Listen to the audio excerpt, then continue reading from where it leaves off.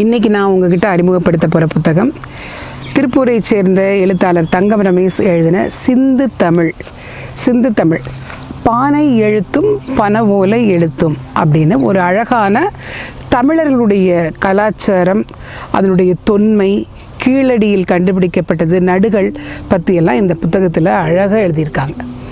இந்த புத்தகம் நிச்சயமாக எல்லா மக்களையும் சென்று சேரணும். முக்கியமாக பள்ளி கல்லூரி மாணவர்கள்கிட்ட இந்த புத்தகம் போகணும் அப்படின்னு நான் விரும்புகிறேன்.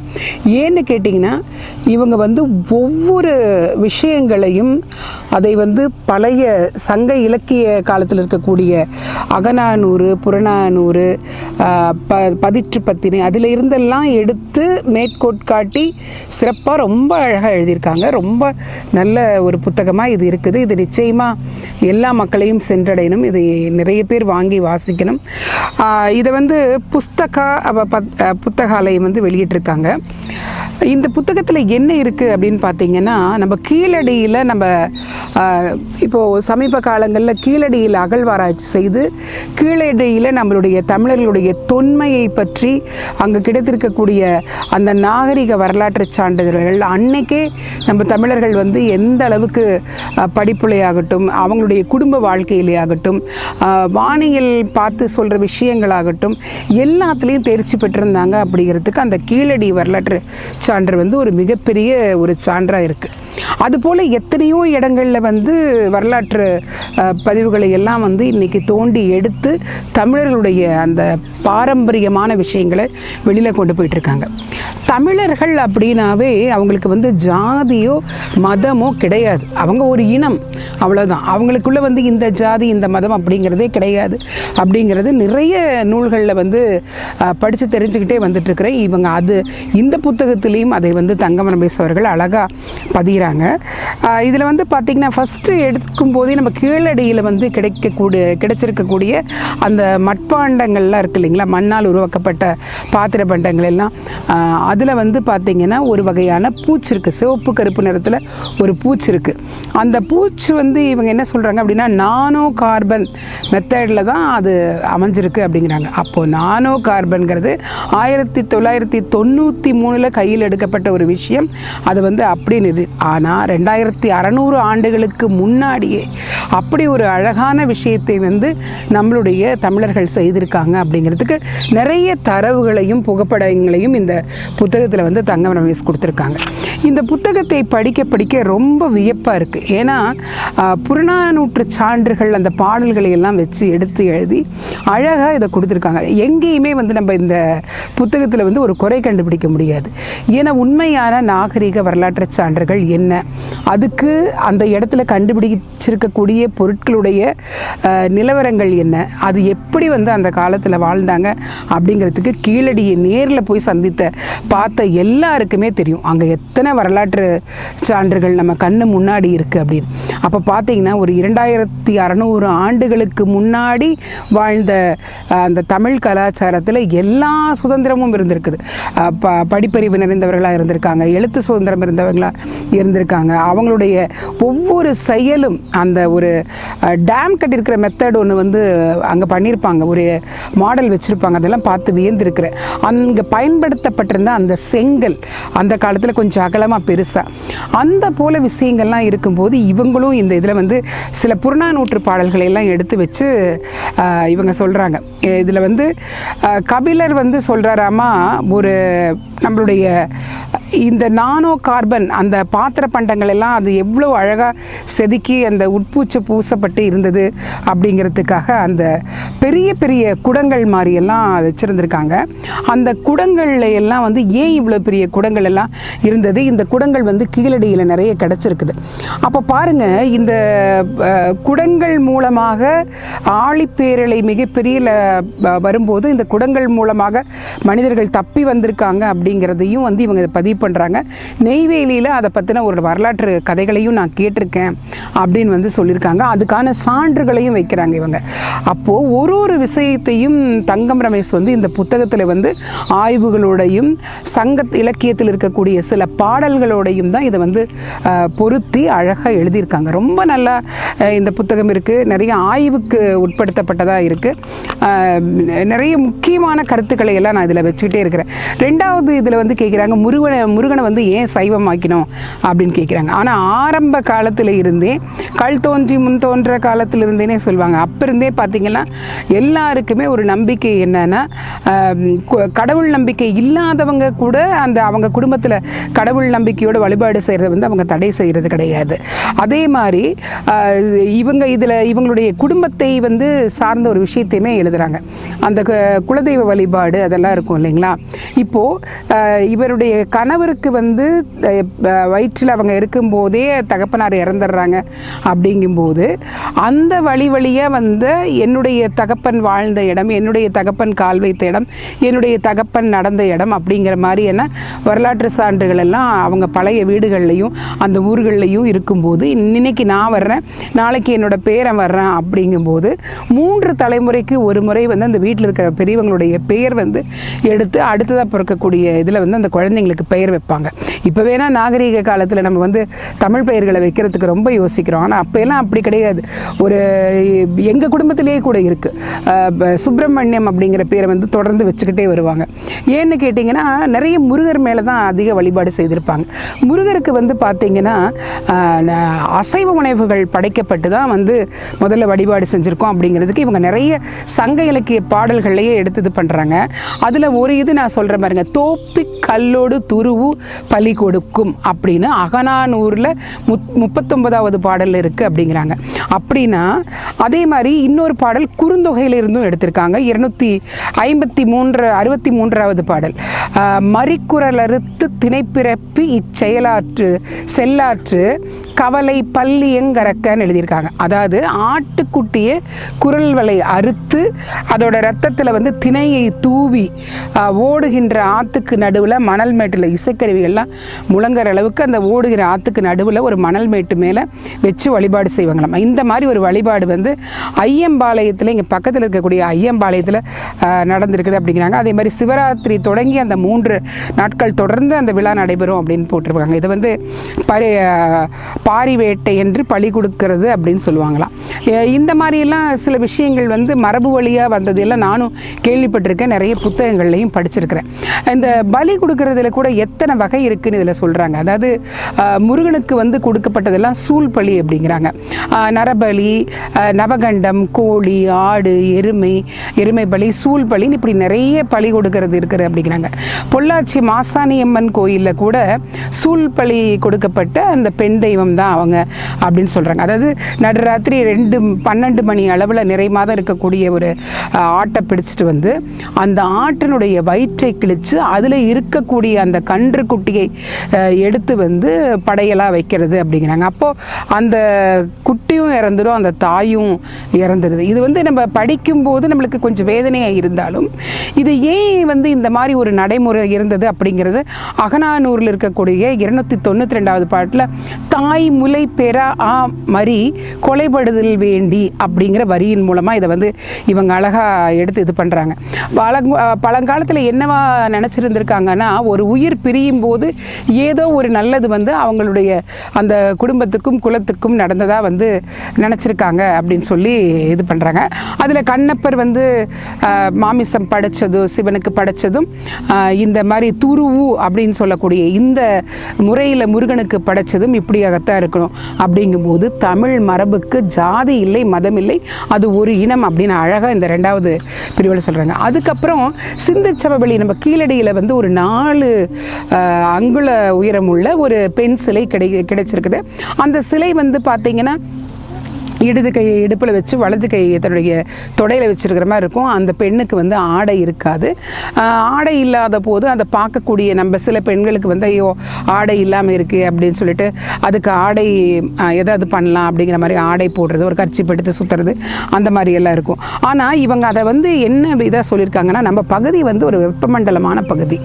அந்த காலத்தில் வந்து பெண்களும் ஆண்களும் வந்து மேல்புறத்தில் வந்து ஆடை அணிஞ்சிருக்கவே மாட்டாங்க அப்படிங்கிறதுக்கு நிறைய சான்றுகள் இருக்குது. ஏன்னா கொஞ்சம் சில ஆண்டுகளுக்கு முன்னாடியெல்லாம் பார்த்திங்கன்னா, ஒரு 15-20 ஆண்டுகளுக்கு முன்னாடியெல்லாம் வந்து பார்த்திங்கன்னா நம்மளுடைய அம்மாவுடைய பாட்டியெல்லாம் வந்து பார்த்திங்கன்னா ரவிக்கை அணியாமல் மேலே வந்து அந்த கண்டாங்கி சேலைன்னு சொல்லுவாங்க, அந்த பின்கொசுவம் வச்சு கட்டுற சேலை, அதுதான் நல்ல மரபு. அந்த சேலையை அணிவிச்சிருக்கும் போது மேலங்கி போட்டிருக்க மாட்டாங்க. அவங்க வெயில் காலத்தில் என்ன பண்ணுவாங்க, அந்த மேலங்கி எடுத்து அதை விசிறிக்கிட்டு சில சமயங்கள் அதையே நினச்சி உடம்பு தொடச்சிக்கிட்டு இருந்ததும் பார்த்துருக்கேன். அப்படியாகப்பட்ட ஒரு இது. ஆனால் இப்படிப்பட்ட ஒரு பெண் உருவத்தை இவங்க பார்க்கும்போது தாசின்னு சொல்கிறாங்க, இல்லை நடன பெண்ணு சொல்கிறாங்க. அப்படிங்கும்போது எனக்கு அது வந்து கொஞ்சம் இதாக தான் இருக்குது அப்படிங்கிறாங்க. அந்த உருவத்தில் இருக்கக்கூடிய அந்த கிடைச்சிருக்கக்கூடிய அந்த சிலையில் வந்து அல்குலை மறக்கை வேண்டி, அதாவது மறைக்கிறதுக்காக மேகலைன்னு ஒரு அணிகலன் அணிவாங்க. அல்குலை அப்படிங்கிறது பெண்ணினுடைய பிறப்புறுப்பு. அந்த பெண்ணினுடைய பிறப்புறுப்பை வந்து யாரும் பார்க்கக்கூடாது அப்படிங்கிறதுக்காக மேகலை அப்படிங்கிற ஒரு ஆபரணத்தை பெண் குழந்தை பிறந்த உடனேயே வந்து அதை அணிவிச்சிடுவாங்க. அது வந்து ஒரு கண்ணியமான ஒரு முறையாக இருந்திருக்கு பாருங்கள். இப்போது அதனால தான் அதுக்கு பேர் மேகலை அப்படின்னு சொல்லுது. இது இடுப்பில் வந்து இது பற்றி இதையும் கூட அவ்வளோ அழகாக அந்த 8.25 லட்சணமே எமனேறும் பரியே அந்த இதையும் சொல்லியும் இவங்க அதை அழகாக இது பண்ணுறாங்க. நிறைய விஷயங்கள் வந்து நம்மளுடைய தமிழர்களுடைய அந்த இதில் இருந்து தான் இந்த அஷ்டமிங்கிறதெல்லாம் அட்டமி, அதுதான் உண்மை. அது அஷ்டமிங்கிறது வட எழுத்து சொல் கலந்துருக்கு அப்படிங்கிறதே அதையும் நிரூபிக்கிறாங்க. இதில் கம்பராமாயணத்தில் ஒரு இடத்துல கம்பர் எழுதுகிறாரு, வாம மேகலை இர வளர்ந்தது அல்குலமே அப்படின்னு சொல்கிறாரு, எழுதுகிறாரு. அதாவது ராமனை பார்க்குறப்போ ராமனுடைய தோள்களை சீதாதேவி பார்த்த மாதிரியும், சீதாதேவியை ராமன் பார்க்கும்போதும் அவளுடைய மார்புகளை பார்த்த மாதிரியும், அப்போ அண்ணனும் நோக்கினாள் அவளும் நோக்கினாள்ங்கிற ராமன் சென்றதுக்கு அப்புறமா வந்து சீதாதேவிக்கு ராமனை நினைத்தே அந்த காதல் படும்போது அந்த இடுப்பில் போட்டிருந்த அந்த மேகலை அருந்து விழுந்ததா இவங்க சொல்றாங்க. அதுல கலித்தொகையிலை அல்குல் வரியையாம் காணுங்கால் அப்படின்னு சொல்லிட்டு ஒரு வரியையும் இவங்க மென்ஷன் பண்ணி எழுதியிருக்காங்க. ரொம்ப நல்லா இருக்கு. அந்த காலத்துல வந்து வன்புணர்வுகள்லாம் இந்த மாதிரி ஆடை அணிஞ்சிருந்த போதும் ஆடை இல்லாத போதும் எந்த வன்புணர்வுகளும் கிடையாது. இப்போதான் வந்து நம்ம மார்புகள்னு சொல்கிறோம். ஆனால் அந்த காலத்துல எல்லாம் முளைகள்னு தான் சொல்லுவாங்க. நம்மளுடைய பிறப்புறுப்பை அல்குலைன்னு சொல்கிறாங்க. அப்போது அந்த மாதிரி வார்த்தைகளை எல்லாம் ஏன் நம்ம வந்து இந்த காலத்தில் பயன்படுத்துறதில்லை? இதை ஏன் சொல்கிறதுக்கு நம்ம தயங்குறோம்? இது உடலில் இருக்கக்கூடிய ஒரு உறுப்புகள் தானே, இதை நம்ம சொல்கிறதுக்கு ஏன் தயங்கணும் அப்படிங்கிற மாதிரியான இதையும் வச்சுருக்காங்க. அதுக்காக இன்னும் நிறைய ஐங்குறுநூறு, கபிலருடைய கலித்தொகை, புறநானூறு அப்படின்னு வச்சுருக்காங்க. இதே போல் திருப்பாவையில் கூட புற்று அரவு அல்குல் புனமயிலே போதராய் அப்படின்னு ஒரு பாட்டினுடைய வரிகள் வர்றதையும் அதையும் அழகாக இவங்க மென்ஷன் பண்ணியிருக்காங்க. திருப்பூரில் திருமுருகன் பூண்டியில் இருக்கக்கூடிய அந்த அம்மனுக்கு என்ன பெயர் தெரியுங்களா? புயங்கு பூன்முலை வள்ளியம்மைன்னு தான் பேர். அப்போ பாருங்க, பாலியல் கல்வியை கோயிலேயே வந்து சொல்லித்தரத்துக்கான சிலைகளும் இருந்திருக்குது, நம்மளுடைய பாடல்கள்லையும் அந்த வரிகள் இருந்திருக்கு அப்படின்னு சொல்லி அழகாக இன்னும் ரொம்ப ரொம்ப நல்ல அழகாக வச்சுருக்காங்க. அதில் என்ன சொல்கிறாங்கன்னா, இந்த உருவம் பதிக்கப்பட்ட கிடைத்த அந்த பெண் உருவ சிலை வந்து எங்களுடைய சிந்து சமவெளியினுடைய தலைவி, இது வந்து என்னோட நாகரீகம், இதுதான் என்னோட உடை அப்படின்னு நான் மிடுக்கா நிற்கிறேன் அப்படின்னு சொல்லிட்டு அந்த வலது கையை இடுப்புலையும் இடது கையை தொடையிலையும் வச்சுக்கிட்டு மேலே ஒரு புறமாக அண்ணாந்து பார்த்து தன்னுடைய சுதந்திரத்தை தன்னுடைய நாகரிகத்தை பறைசாற்றும் விதமாக தான் அந்த பெண் சிலை இருக்குது அப்படின்னு சொல்லி இவங்க எழுதியிருக்கும் போது எனக்கு ரொம்ப வியப்பாக இருந்தது. அதே சமயத்தில் தமிழர்களுக்கு இவ்வளோ பெரிய ஆச்சரியம் நிறைந்த விஷயமான ஏன் நம்மளுடைய பார்வைகள்லாம் அப்படி பறந்து விரிந்ததா இல்லை அப்படிங்கிற மாதிரி இருந்தது. அடுத்து சங்க காலத்தில் வந்து அதற்கு முன்பும் பயன்படுத்தப்பட்ட ஹார்ப் டெக்னாலஜின்னு சொல்லக்கூடியது. அந்த ஹார்ப் டெக்னாலஜி அப்படிங்கிறதுனா high frequency active auroral research ப்ரோக்ராம்னு சொல்கிறாங்க. அதாவது இந்த பெரிய தொழில்நுட்பத்தை வைத்து அப்போ அயனோஸ்பியரல் அப்படிங்கிற மிகப்பெரிய தாக்கத்தை ஏற்படுத்த முடியுமாமா. அப்படின்னா நிற்காத கொட்டும் மலையை உருவாக்குறது, பேய் மலையை உருவாக்குறது, நிலநடுக்கத்தை உருவாக்குறது, ஆழிப்பேரையை உருவாக்குறது, திடீர்னு வறட்சியை உருவாக்குறது, இதையெல்லாம் இது மூலமாக செய்ய முடியும் அப்படிங்கிறத இந்த ஹார்ப் டெக்னாலஜியை பற்றின ஒரு இன்வென்ஷன் அந்த காலத்திலேயே 2600லேயே இருந்திருக்கு அப்படிங்கிறத நம்ம கீழடி போயிருந்தாங்கன்னா நிச்சயமாக எல்லாத்துக்கும் தெரிஞ்சிருக்கும். அதையும் இவங்க எழுதியிருக்காங்க. அந்த ஹார்ப் டெக்னாலஜியில் இன்றைக்கி முன்னணியில் இருக்கக்கூடியது அமெரிக்கா தான் அப்படின்னு சொல்கிறாங்க. ஏன் திடீர்னு ஒரு இடத்துல பேய் மழை பெய்யுது, திடீர்னு பார்த்திங்கன்னா இப்போ கூட சமீப காலங்களில் வந்து எல்லா ஊர்கள்லையும் ஆலங்கட்டி மழை பெஞ்சுது. அப்போது நம்மளுக்கு ரொம்ப ஆச்சரியமாக இருந்தது. சில ஊர்களில் பெஞ்ச ஆலங்கட்டி மலையெல்லாம் வந்து பார்த்தே கரையவே இல்லை. ஆலங்கட்டி மலைன்னா அது கீழே விழுகும், விழுந்து நம்ம போய் கையில் எடுக்கும்போதே நம்ம உடல் சூழல அது கரைஞ்சிடும். ஆனால் அதெல்லாம் இங்கே நடக்கலை. அப்படிங்கும்போது இதெல்லாம் கொஞ்சம் சிந்திக்க வைக்குது. அதாவது விஞ்ஞான வளர்ச்சி வந்து பார்த்திங்கன்னா 2600 ஆண்டுகளுக்கு முன்னாடியே எழுதி வச்சுட்டாங்க. அப்போது அந்த விஞ்ஞானத்தோடு நம்ம அறிவை உட்படுத்தி நம்ம பார்க்கணும். அதுதான் வள்ளுவன் சொல்வார், எப்பொருள் யார் யார் வாய் கேட்பினும் அப்பொருள் மெய்ப்பொருள் காண்பதறிவர். இதையும் வந்து இவங்க அழகா சிறப்பதிகாரத்திலேயே வருது அப்படின்னு சொல்கிறாங்க. வடிவேல் இருந்த வான்பெகை பொறாது பக்ருளி ஆற்றுடன் பன்மலை அடுக்கத்து குமரிக்கோடும் கொடுங்கல் கொலை அப்படிங்கிறாங்க. கடல் வந்து வேர்விட்டு முன்னீர் விளவு வேல்வளை சென்று வழங்கியது, வர்ணன் பேய்மலை பெய்வித்தது. ஒரு விஷயம், இந்த ஹார்ப் டெக்னாலஜியை பயன்படுத்தி மிகப்பெரிய லெவலில் வந்து மலையை போய் பொழிய வைக்கலாம் அப்படிங்கிறது இதை வள்ளுவர் கூட வியன் உலகம் வழங்கி வருதலால் அப்படிங்கிறதுல திருக்குறள்லையும் வள்ளுவர் வந்து அதையும் அவர் அந்த இடத்துல சொல்லியிருக்காரு. தொல்காப்பியத்திலையும் இந்த மாதிரி படிச்சிருக்க வருது நம்ம. அப்போது இப்போ நம்ம தஞ்சை பெரிய கோயில் இருக்கக்கூடிய அந்த மேலே இருக்கிற அந்த கல் வந்து நம்மளுக்கு இன்னுமே அதை எப்படி அங்கே வச்சுருப்பாங்க, அந்த கல்லை கொண்டு போய் எப்படி அங்கே வச்சாங்க அப்படின்னதை இன்னும் ஆச்சரியமாக நம்ம பார்த்து பேசிக்கிட்டே இருக்கான். ஆனால் ஏதோ ஒரு தொழில்நுட்பத்தை பயன்படுத்தி தான் அவங்க அந்த மேலே வச்சுருப்பாங்க அப்படிங்கிறத நம்ம புரிஞ்சுக்கணும். அதே மாதிரி மின்காந்த அலைகளில் இருந்து நம்ம பூமி கொண்டு வர இந்த தொழில்நுட்பமெல்லாம் இருக்குது இல்லைங்களா, இதெல்லாம் இந்த அழிந்து போன தொழில்நுட்பங்களை எல்லாம் மீட்டு நம்ம கொண்டு வரணும் அப்படிங்கிறதையும் அவங்க இது பண்ணியிருக்காங்க. சங்க காலம்னாவே உடனே ஒரு ஆணும் பெண்ணும் காதல் வயப்படுறது, காதலை பற்றின பாட்டு தான் அப்படிங்கிறது கிடையவே கிடையாதுங்க. நிறைய வந்து பார்த்திங்கன்னா சங்க காலத்தில் நம்ம மக்கள் வாழ்ந்ததுக்குண்டான நிறைய விஷயங்கள் இருக்குது. திருமந்திரமெல்லாம் எடுத்துக்கிட்டிங்க அப்படின்னா நம்மளுடைய உடலுக்கு வரக்கூடிய நோய்களை முன்னமே அறிந்து அதை வந்து இயற்கையாக கிடக்கக்கூடிய உணவுகளையும் நம்மளுடைய இதுலேயும் இது பண்ணிக்கலாம் அப்படிங்கிறதெல்லாம் சான்றுகள் எல்லாம் அதுல எல்லாம் இருக்குது. அந்த மாதிரி இதில் எழுதியிருக்காங்க. ரொம்ப நல்ல அற்புதமான ஒரு புத்தகமாக இருக்குது. அதே மாதிரி இவங்க கண்ணகி தான் மதுரை எரிச்சாலா அப்படிங்கிற ஒரு இதுலேயும் கண்ணகி வந்து கோவத்தில் வந்து தன்னுடைய வலது கை கொண்டு இடது மார்பை பீத்து எரிந்து அதை போட்டு எரிக்கிறாங்க அப்படின்னு சொல்கிறாங்க. அதை நிறைய பேர் வந்து தவறாக கூட பேசிகிட்டு இருக்காங்க. ஆனால் இவங்க என்ன சொல்கிறாங்கன்னா, ஒரு பெண்ணால் அது முடியும். ரொம்ப கோவம் வந்துருச்சு ஒரு பெண்ணுக்கு, தன்னால் அடக்க முடியலைங்கும் போது அந்த இடத்துல எதையும் அவங்க வந்து துணிந்து செய்வா அப்படின்னு வந்து சொல்கிறாங்க. இதில் வந்து அந்த விண்ணேறி அவங்க போகிறாங்க இல்லையா, அது வந்து தேனி மாவட்டத்தில் அந்த மலை, இந்த கேரளா பார்டர் ஒட்டி இருக்கக்கூடிய அந்த மலை தொடரில் வந்து இன்றைக்கும் சித்திரை முழு நிலவு நாளில் கண்ணகி கோயில் திறக்கப்பட்டு அங்கே கடைச்சேந்தல் அப்படிங்கிறது வந்து இதாகுது. அந்த கடைசிலம்பேந்தல்ங்கிறது தான் கடைச்சேந்தலாக ஆயிருக்கும் அப்படிங்கிறத சொல்கிற அழகாக வந்து விவரிக்கிறாங்க. அதுலேயும் வந்து இந்த இதுலேயும் வந்து அந்த கண்ணகியினுடைய அந்த எரிப்பு பற்றின விஷயங்கள் வந்து அழகாக பதிஞ்சிருக்காங்க. அப்புறம் பீகாரில் வந்து தங்கம் அதிகமாக இருக்குது. அதே மாதிரி பீகாரில் வந்து நீங்கள் போய் எந்த ஒரு ஆராய்ச்சியோ ஒரு புகைப்படமோ எடுத்துட முடியாது. ஏன்னா அதில் நிறைய வரலாற்று சான்றுகள் உள்ள நிறைய விஷயங்கள் அங்கே இருக்கிறதுனால அங்கே வந்து எதையுமே பண்ண முடியாமல் தான் இருக்குது. அதில் KGF படம் வந்தது கூட இவங்க அழகாக இதில் பதிவு பண்ணியிருக்காங்க. பீகார்லேருந்து புலம்பெயர்ந்து இப்போ எல்லாம் இங்கே திருப்பூர்லாம் நிறைய மக்கள் வந்திருக்காங்க. எதேச்சியே இந்த புத்தகத்தை படிச்சுட்டு சில பீகார் அவங்கக்கிட்ட கேட்டால் அவங்க உண்மைங்கிறாங்க. ஏன்னா எங்கள் ஊரில் வந்து வரலாற்று தரவுகள் மிக்க சான்றுகள் அதிகம். அங்கேருந்து இவங்களை துரத்தி விட்டுறாங்க. துரத்தி விட்டுறதுனால அவங்க என்ன பண்ணுறாங்க, நேராக இந்த மாதிரி எங்கே தொழில் நகரம் இருக்கோ ஈரோடு, கரூர், திருப்பூர் அந்த மாதிரி நகரங்களுக்கு புலம்பெயர்ந்து இங்கே வந்துடுறாங்க. வந்ததுக்கப்புறம் இவங்க ஒரு பள்ளிக்கூடத்தில் கூட அந்த குழந்தைங்களை சேர்த்துறதுக்கெல்லாம் ரொம்ப கஷ்டப்படுறாங்க, எல்லாம் பண்ணுறாங்க. அப்படிங்கும்போது இவங்களுடைய ஒரு இது அறிவு எப்படி ஒரு புவியியலில் வந்து ஒரு சாதாரணமாக இருக்கிற இந்த ஒரு அதாவது ஒரு பாட்டை வச்சு சொல்கிறாங்க.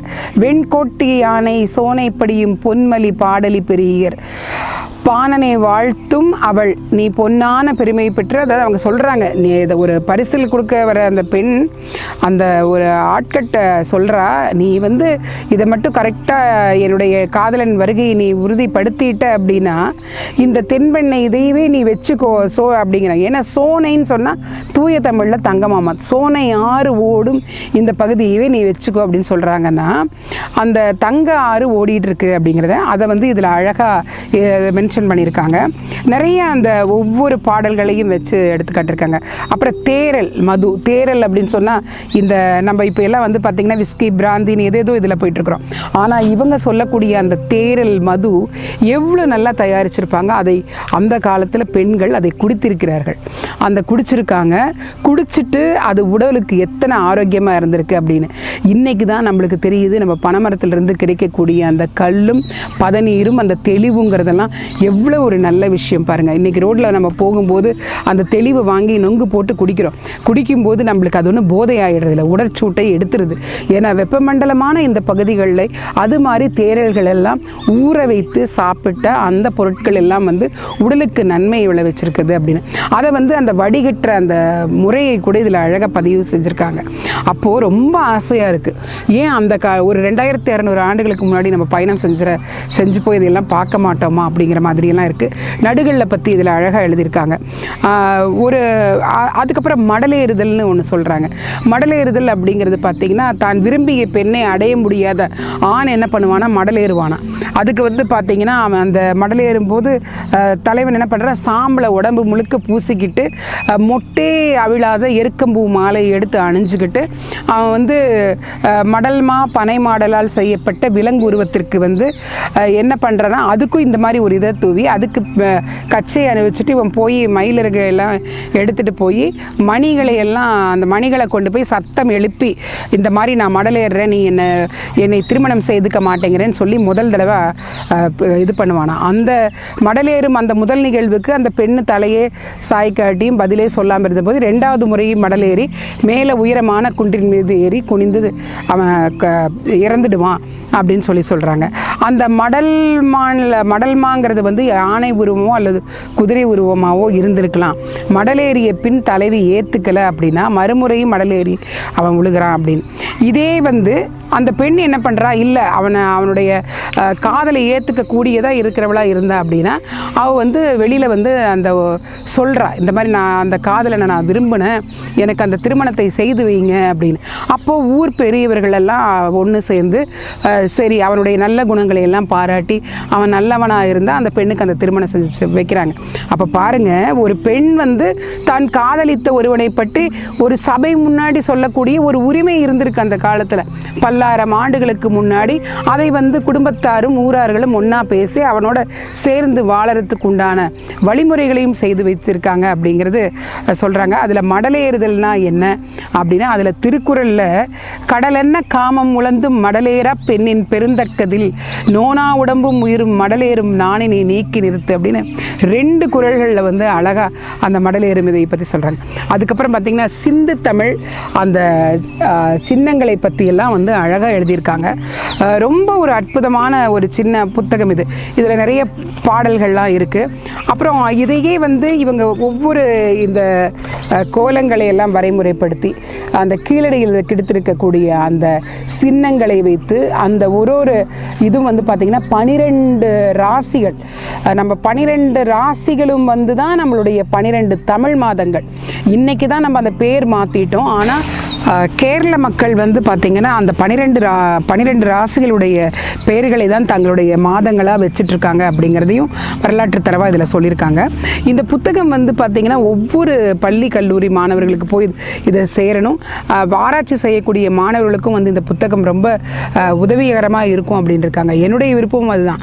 இந்த புத்தகத்தை நிச்சயமாக ஒவ்வொரு பள்ளி கல்லூரியில் படிக்கக்கூடிய மாணவர்களுக்கும் நம்ம தரணும். ஏன்னா இதில் அத்தனை வரலாற்று சான்றுகள் இருக்குது. மருத்துவம், நம்மளுடைய விண்வெளி சார்ந்த விண்ணியல் ஆகட்டும் சரி, மருத்துவமாகட்டும் சரி, ஜோதிடமாகட்டும் சரி, வாழ்வியல் நடைமுறைகள் அப்படின்னு நிறைய விஷயங்களை பதிவு செஞ்சுருக்காங்க. சின்ன புத்தகமாக இருந்தாலும் இதில் சொல்லப்பட்ட விஷயங்கள் அளப்பரியது. அந்த அளப்பரிய விஷயங்கள் எல்லாமே இனி வர்ற தலைமுறைகள் கிட்ட போய் சேர்க்க வேண்டிய பொறுப்பு நம்ம ஒவ்வொருத்தர்கிட்டையும் இருக்குது. அப்படிப்பட்ட இந்த புத்தகத்தை எழுதின தங்கம் ரமேஷுக்கு என்னுடைய மனமார்ந்த வாழ்த்துக்கள். தொடர்ந்து இது போன்ற நல்ல புத்தகங்களை நீங்கள் எழுதணும். ஏன்னா அடுத்து நடுகள் பற்றின ஒரு ஆராய்ச்சியில் அவங்க இருக்காங்க. தொடர்ந்து இது போன்ற புத்தகங்களை வந்து தமிழ் இலக்கியத்துக்காக நீங்கள் கொடுக்கணும் அப்படிங்கிறது என்னுடைய விருப்பம். தங்க ரமேஷ் அவர்களுக்கு என்னுடைய மனமார்ந்த நன்றியும் வாழ்த்துக்களையும் தெரிவிச்சுக்கிறேன். நன்றி.